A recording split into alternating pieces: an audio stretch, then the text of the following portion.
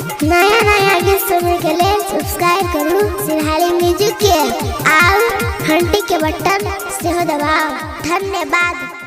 Presented by Sirahali Music. अखनी यहाँ से सुन रहे छी माँ साहित्य म्यूजिक की प्रस्तुति।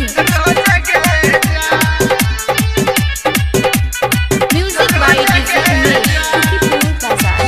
हमरा संग लड़ के जोई लगे हला छोड़ के याप कोहन जीवा हम सुनै है गजान। हमरा संग लड़ के जोई लगे हला छोड़ के आप कोहन जीवा हम सुनै है गजान। हाथ से मोल के बंक में भर के गांजा यहाँ पियल करबौ रोज गे जान के सुनना। हाथ से मोल के चिलम में भर के गांजा यहाँ पियल करबौ रोज गे जान। Presented by Sirahali Music. Music की प्रस्तुति। Music by DJ Umesh, Sukhipur बाजार। अपना मान लियो हो तोरा सब सग बोल के कौन कसूर के लिए बजै छछर के बजै छछर के। अपना मान लियो हो तोरा सब सग बोल के कौन कसूर के लिए बजै छछर के। लो जोहर मजादी खिंच के ओढ़नी सजील या बुने रहल जाइया होइया के फील।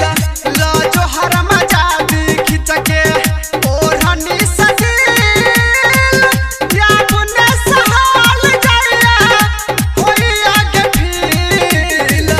हाथ से मोल के चिलम में भर के गांजा यहाँ पियल करबौ रोज गे जान के सुनना। हाथ से मोल के बंक में भर के गांजा यहाँ पियल करबौ सुन गे जान। अखनी यहाँ से सुन रहे छी माँ साहित्य म्यूजिक की Sirahali प्रस्तुति। Music. Music by DJ Umesh, Sukhipur बाजार। निकोहन केले है छौड़ी जान गेलियो आज गे रोज चॉकलेट जखलही भेलो न लाज गे भेलो न लाज।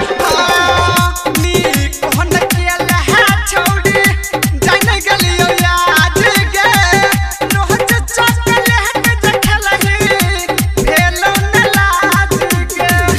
गायक पुकार श्याम के छोड़ देलही साथ गे साथी साथ रहन वाला जित के धर ले हाथ। गायक पुकार श्याम के छोड़ देलही साथ गे साथी साथ रहन वाला जित के धर ले हाथ। हाथ से मोल के बंक में भर के गांजा यहाँ पियल करबौ रोज गे जान के सुनना। हाथ से मोल के चिलम में भर के गांजा यहाँ पियल करबौ रोज गे जान। हमरा संग लड़ के जोई लगे हला छोड़ के आप कोहन जीवा हम सुनै है गजान। हाथ से मोल के चिलम में भर के गांजा यहाँ पियल करबौ